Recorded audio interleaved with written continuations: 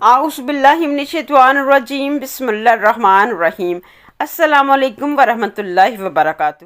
ناظرین، آج ہم جانیں گے شعیب ابی طالب کے بعد جدائی، غم اور نبوت کا نیا سفر، آزمائشوں کا نیا طوفان، حضرت علی کرم اللہ وجہ کا تدبر، حکمت، عقل اور نبی کریم صلی اللہ علیہ وسلم کا بے مثال ساتھ۔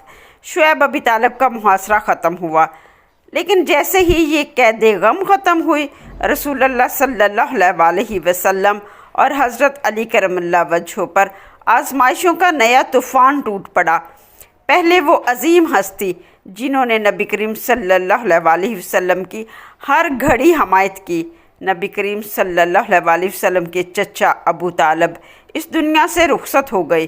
حضرت علی جو صرف بیٹے نہیں، ابو طالب کے دل کی دعا اور نبی کریم صلی اللہ علیہ وسلم کے جان نثار تھے، اس غم سے نڈھال ہو گئے، اور کچھ ہی مہینوں بعد ایک اور چراغ بجھ گیا۔ نبی کریم صلی اللہ علیہ وسلم کی زوجہ حضرت خدیجہ بھی وصال فرما گئیں۔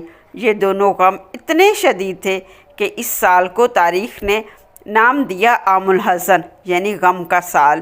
اب حضرت علی پر ایک اور بوجھ آ پڑا، نبی کریم صلی اللہ علیہ وسلم کو کفار سے تحفظ دینا، ان کی جان کا محافظ بننا اور ہر لمحے ان کا ساتھ دینا۔ جب نبی کریم صلی اللہ علیہ وسلم نے طائف کا سفر کیا، طائف میں آپ علیہ السلام کو کفار نے شدید اذیت دی، پتھر مارے گئے، حتیٰ کہ قدموں سے خون بہنے لگا۔ جب واپس مکہ آئے تو قریش کے سرداروں نے آپ کو مکہ داخل ہونے کی اجازت نہ دی، کیونکہ اب آپ کو کوئی قانونی پناہ دینے والا موجود نہیں تھا۔ تو اس وقت حضرت علی کرم اللہ وجہ ہی تھے جنہوں نے نبی کریم صلی اللہ علیہ وسلم کے ساتھ مل کر مکہ کے مختلف سرداروں کے ساتھ رابطے کیے۔ آخر کار معتم بن عدی نے نبی کریم صلی اللہ علیہ وسلم کو پناہ دی، اور یوں نبی کریم صلی اللہ علیہ وسلم علی کے ساتھ مکہ میں داخل ہوئے۔ اسلام کی تبلیغ میں حضرت علی رضی اللہ تعالیٰ عنہ نے بہت خدمات سر انجام دی۔ حضرت علی رضی اللہ تعالیٰ عنہ دعوت اسلام میں مزید جوش پیدا کرنے کے لیے راتوں کو خفیہ طور پر ایمان والوں کے گھروں میں جاتے، ان کو دین سکھاتے، نوجوانوں میں ایمان کی چنگاری جگاتے اور نبی کریم صلی اللہ علیہ وسلم کے قریب ترین مشیر بن کر رہتے۔ نبی کریم صلی اللہ علیہ وسلم کی نبوت کا سفر ہجرت کی طرف بڑھ رہا تھا، مدینہ کی طرف ایک نئی روشنی، ایک نیا آغاز، اور حضرت علی اب صرف محافظ نہیں بلکہ اس عظیم ہجرت میں نبی کریم صلی اللہ علیہ وسلم کے لیے قربانی کا مینار بننے والے تھے۔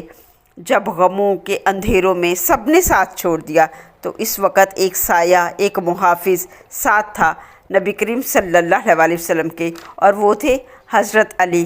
مدینہ کی زمین بلا رہی تھی، اسلام کا سورج وہاں طلوع ہونے والا تھا، لیکن مکہ کی رات اس وقت بے چین تھی۔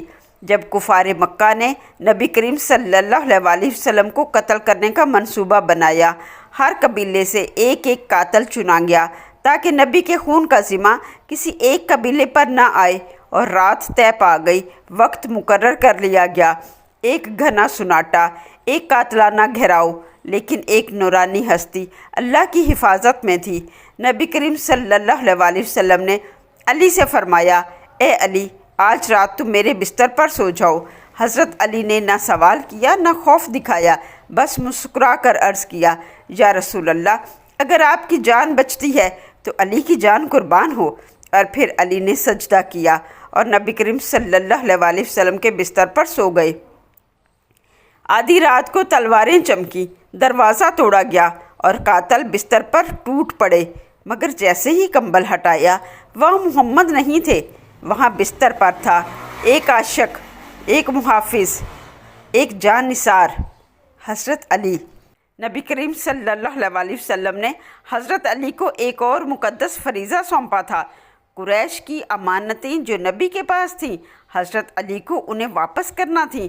حضرت علی کرم اللہ وجہ نے دن کے وقت ان سب امانتوں کو واپس کیا اور پھر خفیہ راستے سے مدینہ کی طرف روانہ ہوئے۔ جب حضرت علی مدینہ پہنچے تو نبی کریم صلی اللہ علیہ وسلم مسجد قباء میں موجود تھے۔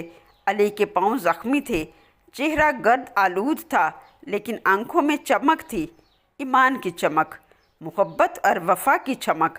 نبی نے آگے بڑھ کر علی کا استقبال کیا، گلے سے لگایا اور فرمایا، میرے بعد اگر کسی نے اللہ کے لیے سب سے بڑی قربانی دی ہے تو وہ میرا علی ہے۔